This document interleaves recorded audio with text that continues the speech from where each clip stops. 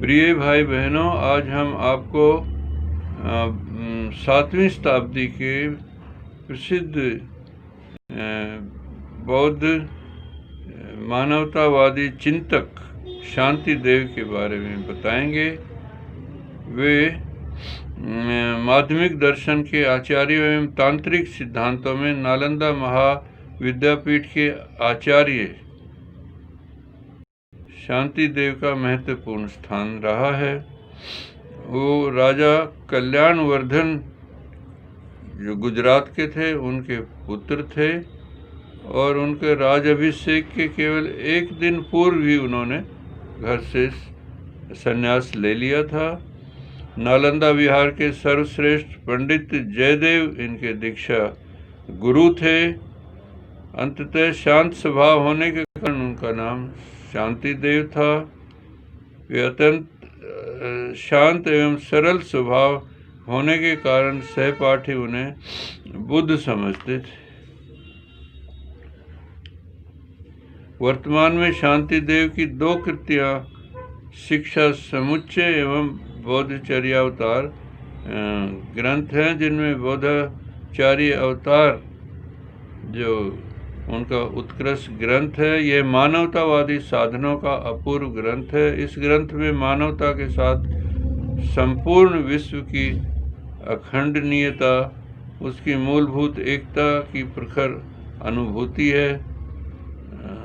यह ग्रंथ धार्मिक के साथ साथ दार्शनिक ग्रंथ भी है। परिच्छेद में समवर्ती एवं परमार्थ इन 2 सत्यों का ही उन्होंने स्पष्ट निरूपण किया है। ये संस्कृत भाषा में है उनका, और भारत के साथ साथ तिब्बत, मंगोलिया, चीन, जापान, कोरिया तथा महायानी देश में बौद्ध धर्म के अनुयायियों के लिए इस ग्रंथ का विशेष महत्व है। बोधचर्यावतार में बोधिसत्व का आदर्श जगत के दुखों को अपना दुख समझता है।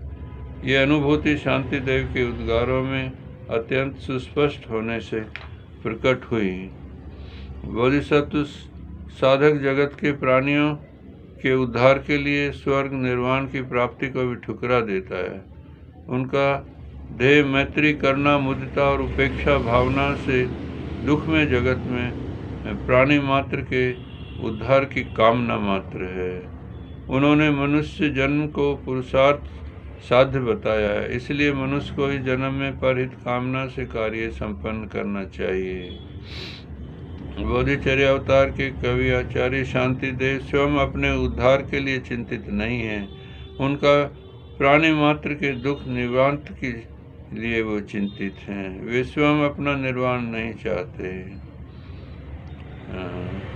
हीनयान के साधक से श्रेष्ठतर हैं महायानी साधक का देह। हीनयान का साधक ये प्रतिज्ञा करते थे कि वे मृत्यु जन्म के बाधा से मुक्त होकर निर्वाण प्राप्त करें। शांति देव मनुष्य जाति के साथ साथ जीव मात्र के उद्धार को अपना ध्येय मानते हैं। संपूर्ण सृष्टि की खंडनीयता एवं उनकी मूलभूत एकता की जैसे प्रमुख अनुभूति उनके चिंतन में रहती है। दुख जैसे हमारे लिए अलग अलग नहीं है, समस्त जग में दुख सुख उसी प्रकार अलग अलग नहीं बल्कि एक ही है। जब से वे मुक्ति नहीं हो पाते तब तक वे उसकी इसी प्रकार सेवा करते हैं जीवों की।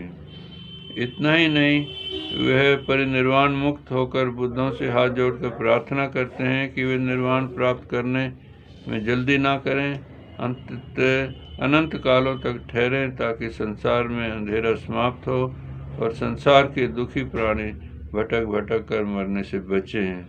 बोधिसत्व के मार्ग पर चलने के लिए साधक को बोधिचित्त का विकास करना होता है।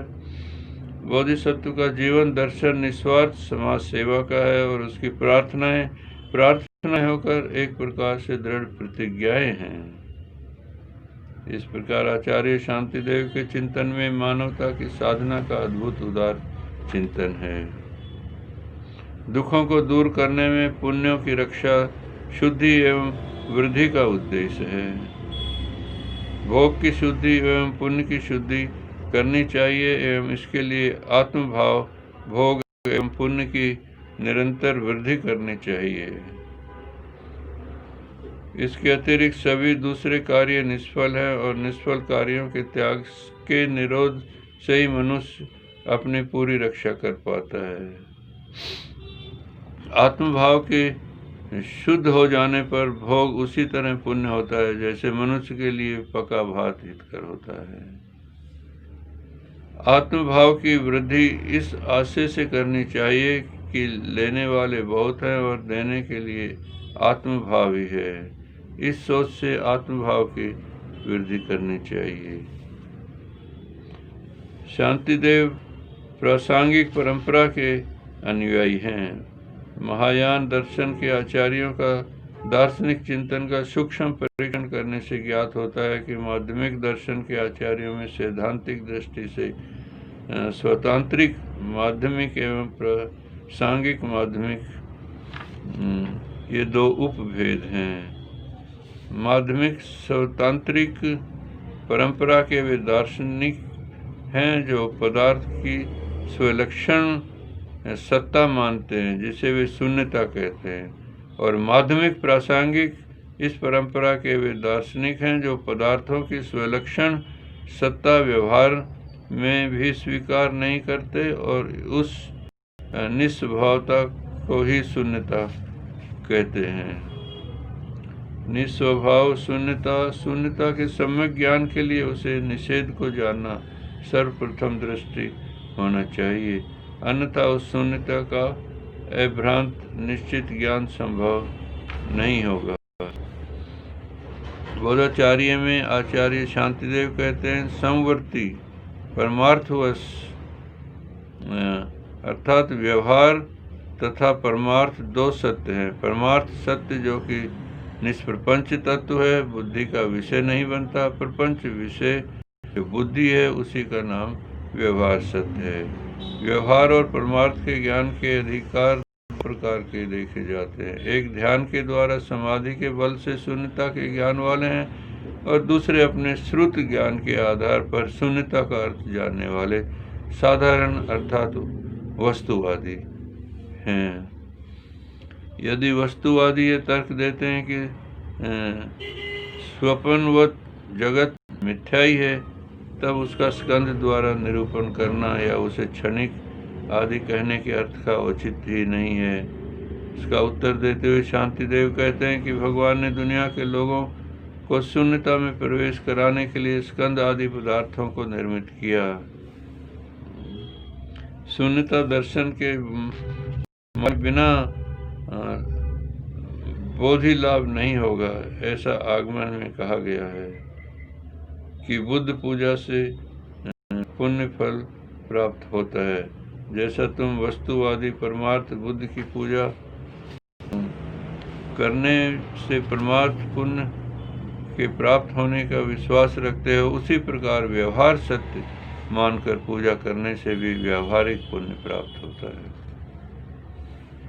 आचार्य शांतिदेव ने इस ग्रंथ बोधिचर्य अवतार में 6 पारमिताएं अंतर्भूत हैं, जिसमें दान पारमिता की 3 बातें हैं। जब दान के पात्र की कोई सीमा नहीं रहती, वह प्राणी मात्र भी दान का पात्र बन जाता है। जब देने की वस्तु की कोई सीमा नहीं रहती, मनुष्य अपना सब कुछ दूसरे हित के लिए देने के लिए तैयार हो जाता है, और जब दान के बदले में कुछ भी पाने की इच्छा नहीं रहती।